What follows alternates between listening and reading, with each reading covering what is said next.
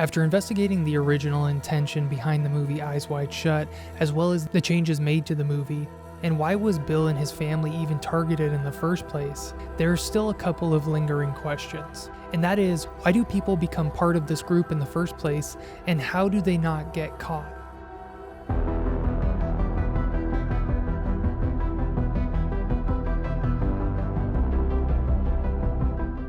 There are three main reasons why people become part of this group, either as a perpetrator at the parties or a victim at the parties. Number one, they want to be part of this group that can help them fulfill their disgusting and illegal desires. And this group can make anything that they want a reality. When people in a society have large amounts of money and pedigree, they're able to move more freely in the world, buying and experiencing whatever they want. And the rules that most people live by are not the same rules they have to live by because of this power that they have in society. For most people, having things to look forward to and having unfulfilled desires keep us motivated to keep working, knowing that over time we can afford some of these small commodities that we crave.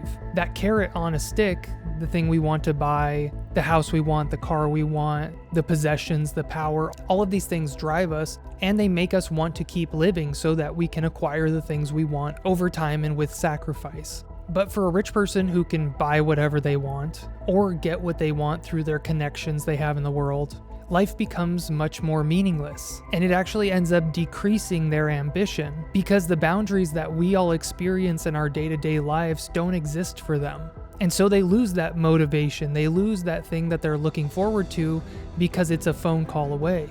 And because they're not incentivized mentally with these things that motivate the majority of us, the rich start to look for things that they haven't done or that they aren't allowed to do so that they can get this same feeling and they continue that idea of desire. Because when you're wealthy, you can blur the lines between legal and illegal. Like how the ultra wealthy can easily pay off speeding tickets and parking tickets. They can use the court system to bully people and to get their way. They can buy a much more expensive lawyer that can get them off for their crimes. Whereas people who have to use a public defender are less likely statistically to get off for their crimes. They can bribe politicians through donations, something that would be illegal for anyone who wasn't in the ultra wealthy class. We as humans always want to know where our boundaries are, and so do these rich people. They want to see which rules they can bend and which ones they can break.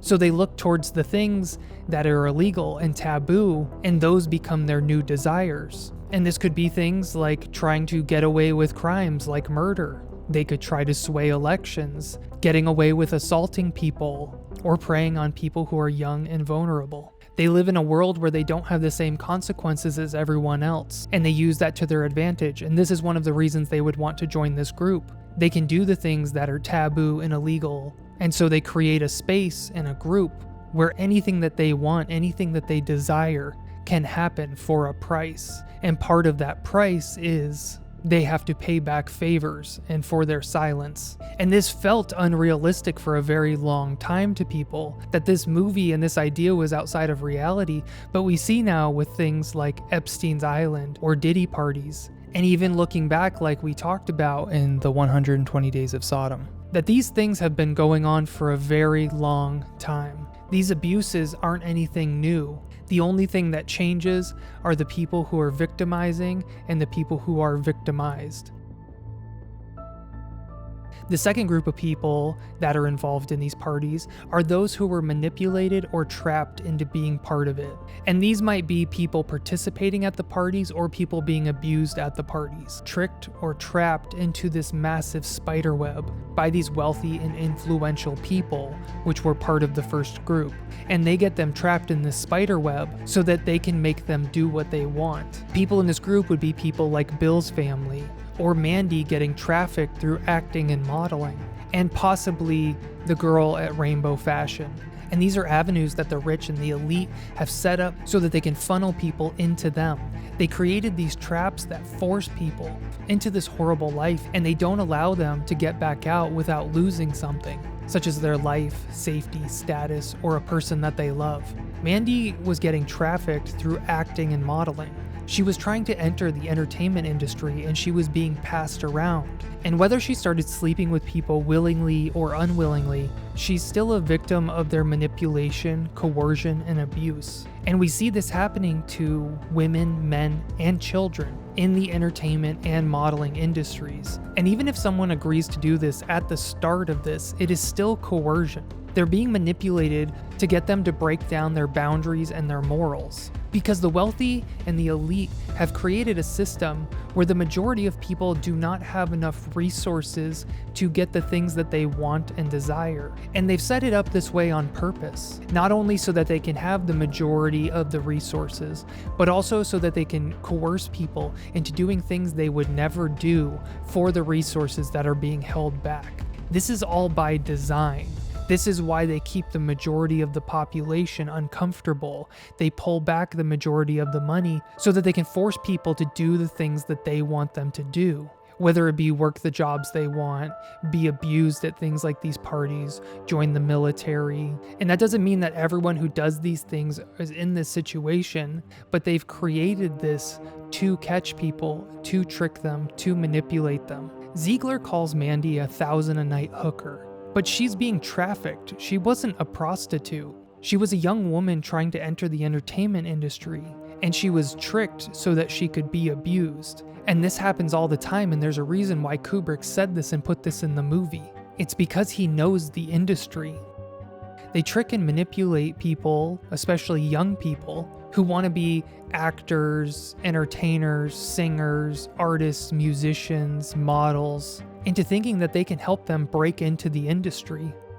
And then they get them to come to these parties, some of them knowing that they're going to have to sleep with people. And some people are brought to these parties and they have no idea that they will be drugged, assaulted, and that their abuse is their payment to enter. And soon they start trafficking them, getting them hooked on illegal substances so that they can keep them there, just like we see that Mandy had OD'd.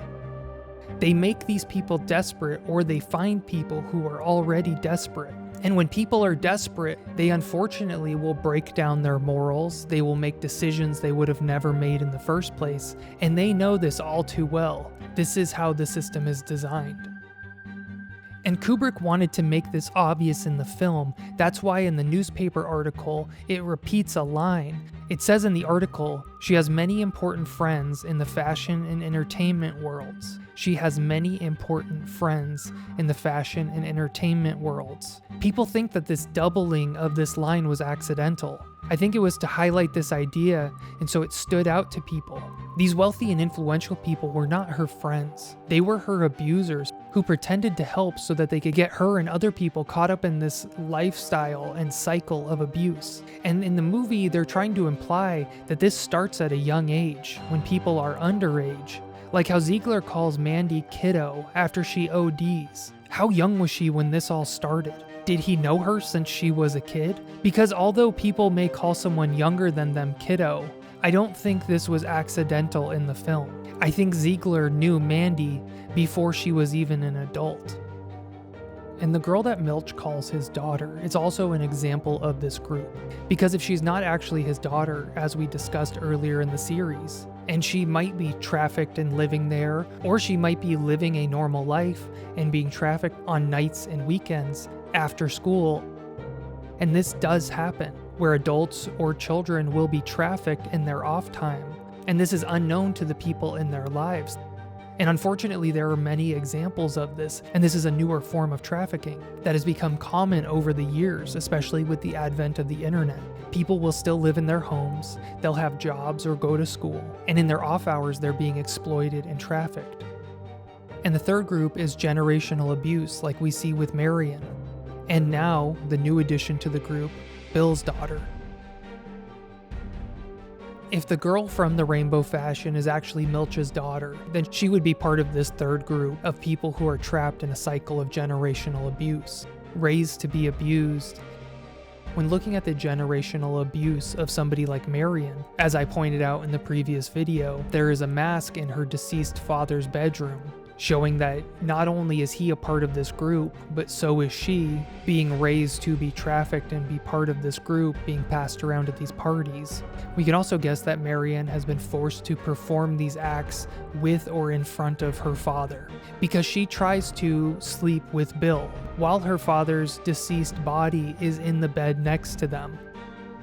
Most people would struggle to be around a corpse in general, but to try to have an affair in the room in front of her deceased father's body shows not only is she extremely comfortable around her father when being intimate, but also being around a corpse and being intimate with a near stranger as Bill is to her. She tells Bill that she's in love with him, and Bill has to remind her that they barely know each other. They've only spoken a couple of times, and it was only in relation to her father. In the script, Bill returns to her house later on, and they do have a brief affair. And seeing the mask in Marianne's father's room, we know that he's part of this group, and it really makes you wonder who is part of the group and who isn't. As we discussed in the last video, Ziegler might be Red Cloak for numerous reasons. He does the double tapping, he points just like Ziegler does. But there are also a few reasons that Ziegler might not be Red Cloak. A lot of people will point out that Ziegler did not play Red Cloak, as we can see in the credits, and that it was played by a different person. But plenty of films do that to hide the identity of the killer, such as in the movie Scream. In the Scream films, the killers that are revealed at the end only played as Ghostface for the reveal scenes.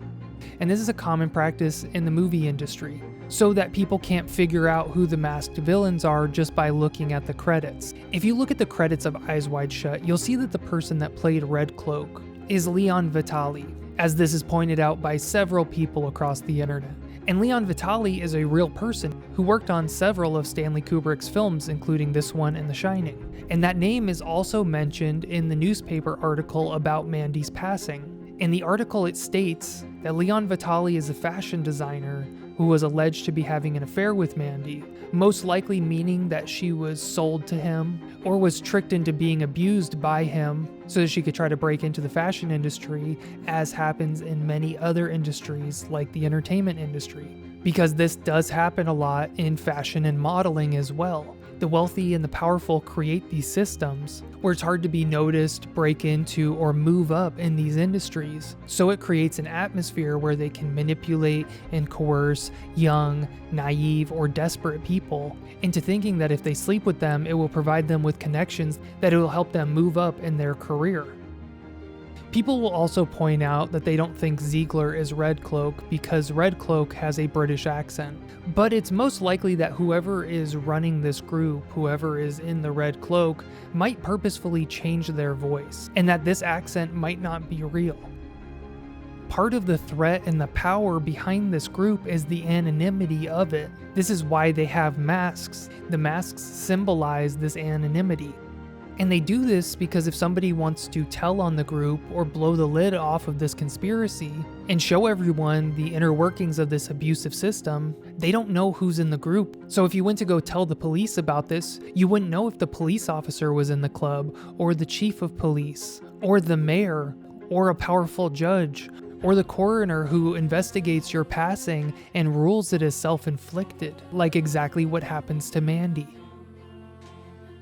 It's no coincidence that Mandy lost her life after she volunteered. She didn't OD, she was taken out, but they have so much power that when they take someone's life, they're able to have the record show that they took their own. And that's extremely scary. And this level of power is frightening. You never know who's in this group. They could be the customer service agent, the guy following you down the street, the working woman who picks you up, or even your own spouse. And this threat only works if the people at the bottom don't know who the people at the top are. I want to thank you all so much for watching. If you're interested in more content like this, I have a video where I show the connection between The Shining and Eyes Wide Shut on my page. If you want to see more content, I also have a TikTok where I have over 1,000 videos breaking down all sorts of media from movies, TV shows, books, and video games. If you want to help support the channel, I have a Patreon and a members only profile here on YouTube. where I post content that I can't post onto YouTube or TikTok because of the content guidelines. Thank you so much to everyone that subscribes to me here on YouTube, as well as my followers on TikTok, and those of you who support me over on Patreon. It means so much that you watch my content. I really appreciate you guys more than I can ever explain. Let me know in the comments also what you want to see next on the page, and don't forget to hit like, subscribe, and the notification bell. I hope you all have a wonderful day, and I will see you in the next one.